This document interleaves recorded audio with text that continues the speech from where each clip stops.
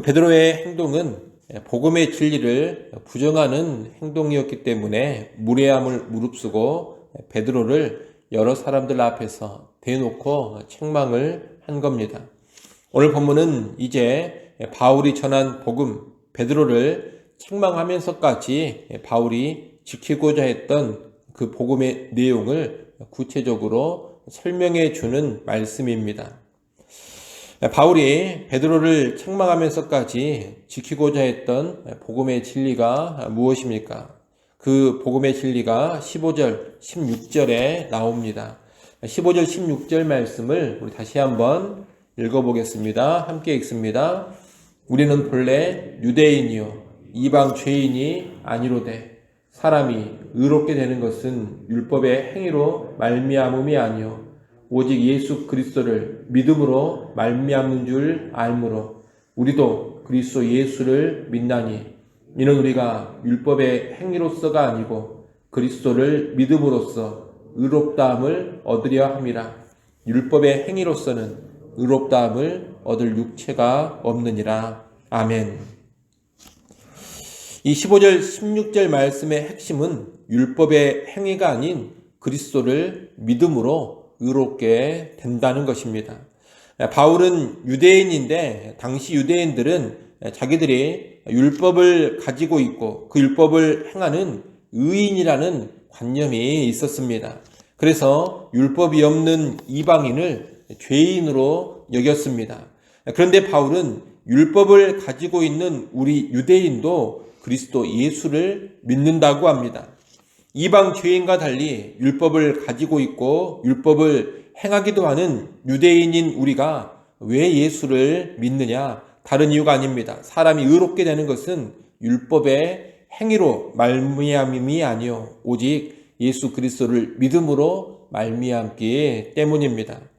만약 율법의 행위로 의로워진다면 율법을 가지고 율법의 행위를 보이고 있는 유대인들은 예수를 믿을 필요가 없을 겁니다.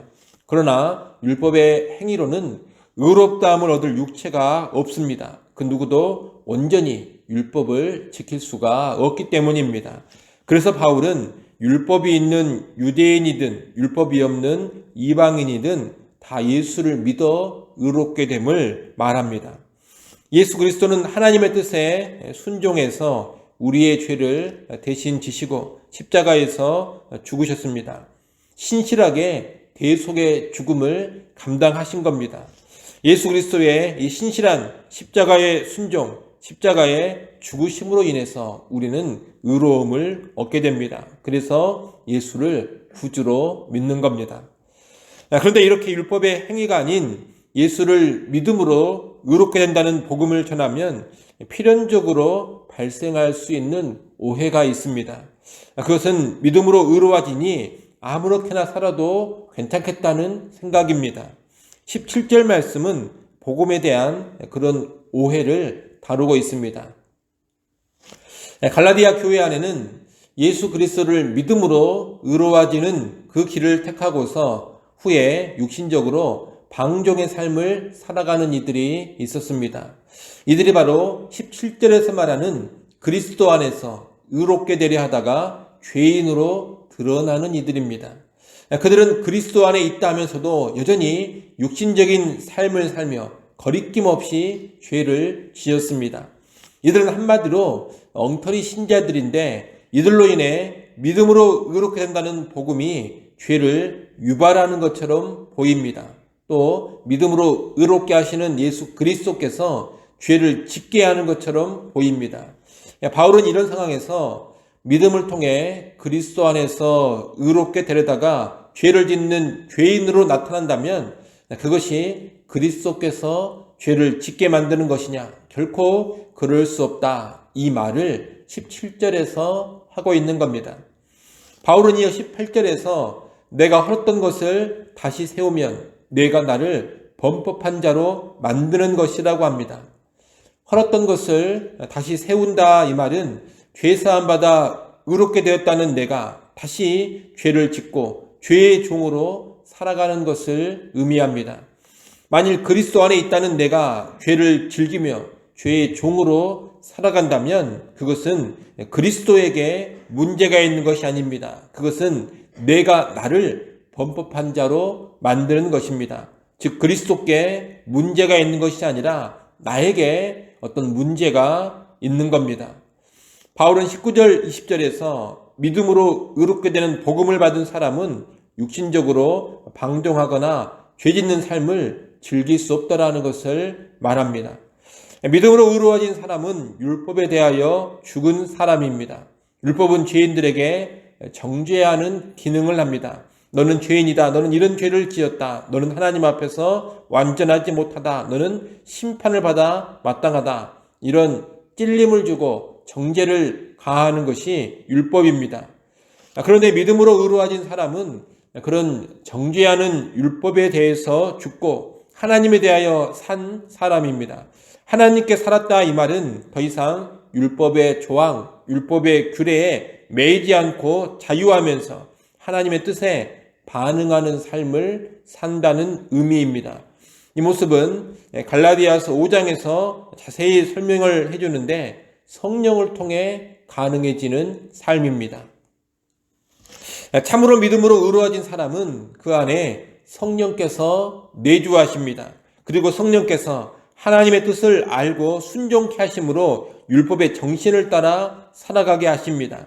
세세한 율법 조항에 얽매이고 그것들을 지키지는 않지만 성령의 인도를 따라서 본래 율법이 의도하는 사랑의 삶, 거룩의 삶을 살게 된다는 겁니다. 이를 달리 말하면 그리스도와 함께 십자가에 못 박힌 삶이다. 이렇게 말할 수가 있습니다. 믿음으로 의로워진 사람은 죄를 즐기고 사랑하던 옛사람이 이제 십자가에 못 박혀 죽어버렸습니다. 이제 그 사람 안에는 죄를 즐기고 사랑하던 내가 아닌 예수 그리스도께서 살아계십니다. 그러니 당연히 이 사람은 죄악되고 정욕적인 삶을 습관적으로 살 수가 없습니다. 내 안에 예수 그리스도께서 사시니 예수님을 닮는 사랑의 모습, 거룩의 모습이 삶 가운데 나오는 겁니다. 그러므로 만약 교회 안에 죄를 즐기며 습관적으로 계속 죄를 짓는 엉터리 신자들이 있다면 그들은 예수 그리스도께서 그 안에 살고 있는 사람이라고 말할 수 없습니다. 그 안에 성령님이 계시는 참된 신자라고 말할 수 없습니다. 다시 말해 그런 사람은 믿음으로 의롭게 된 사람이라고 말할 수가 없는 겁니다. 한마디로 참된 구원의 백성이 아닙니다. 믿음으로 의롭게 된 사람은 행위로 의롭게 된 것은 아니지만 의로움을 얻은 후에 죄를 싫어하고 죄를 떠나고 죄를 버리는 삶이 나오는 겁니다. 그러니 우리는 믿음으로 의롭게 되는 복음이 죄를 조장하고 방종의 삶을 초래한다는 그런 오해를 하지 않아야 합니다. 믿음으로 의롭게 되는 복음을 진정으로 받아들이면 그 안에 성령님이 찾아오십니다. 그리고 그 사람 안에 예수님께서 사십니다. 이로 인해 변화된 삶이 필연적으로 나오는 것입니다. 바울은 끝으로 21절에서 내가 하나님의 은혜를 패하지 아니한다고 합니다. 믿음으로 의롭게 되는 복음은 하나님의 은혜를 강하게 보여주는 것입니다. 믿음으로 의롭게 되는 복음은 곧 은혜의 복음입니다. 만약 우리가 믿음으로 의롭게 되는 복음을 포기하고 행위로 의로워지는 다른 복음을 택한다면 그것은 하나님의 은혜를 폐하는 일이 됩니다. 행위로 의로워진다는 거짓 복음에는 하나님의 은혜가 들어갈 여지가 없습니다. 행위로 의로워진다면 하나님의 은혜가 사실 필요가 없는 겁니다. 아울러 행위로 의로워진다면 예수 그리스도께서 십자가에서 죽으신 것도 무의미합니다. 우리 행위로 의로워질 수 있는데 뭐하러 그리스도께서 십자가에서 죽어야 했겠습니까? 행위로 의로워질 수 있다면 예수님께서 죽을 이유, 죽을 필요가 없는데 괜히 죽은 겁니다. 이렇게 행위로 의로워진다는 복음은 십자가의 죽음도 무의미하게 만들어 버리는 겁니다. 여러분, 오직 믿음으로 의롭게 된다는 그 복음만이 하나님의 은혜를 진정으로 드러냅니다. 은혜를 은혜되게 합니다. 그리고 믿음으로 의롭게 되는 복음만이 예수 그리스도의 십자가의 죽음을 의미 있게 만들어 줍니다. 이를 꼭 기억하시고 오직 믿음으로 의롭게 되는 복음을 붙드시고 그 참된 복음 안에서 하나님의 은혜를 깊이 누리며 예수 그리스도의 십자가의 죽음에 감격하는 신앙생활로 나아가시기를 바랍니다. 믿음으로 의로워지는 이 복음, 이것만이 참된 복음입니다. 이 복음 안에 깊이 거하는 우리 모두가 될 수 있기를 간절히 소원합니다. 기도하겠습니다. 하나님 아버지, 오직 믿음으로 의로워진다는 그 복음이 참된 복음이라는 것을 분명히 알게 하시고 그 복음을 붙잡고 살아가게 하여 주시옵소서. 행위로 의로워지는 복음은 하나님의 은혜를 패하고 예수 그리스도의 죽으심도 헛된 것으로 만들어 버린다라는 것을 잘 알게 하시고 은혜를 은혜되게 하고 십자가의 죽음을 의미 있게 하는 믿음으로 의로워지는 그 복음 붙잡고 살아가게 하여 주옵소서. 또한 이제 믿음으로 의로워지는 그 복음을 믿음으로 받아들인 사람은 성령님이 찾아오시고 예수님께서 그 안에 살아계심을 알게 하셔서 그 성령님을 의지하고 예수 그리스도의 살아계심을 따라서 예수 닮는 거룩의 삶, 사랑의 삶 나타내게 하여 주옵소서.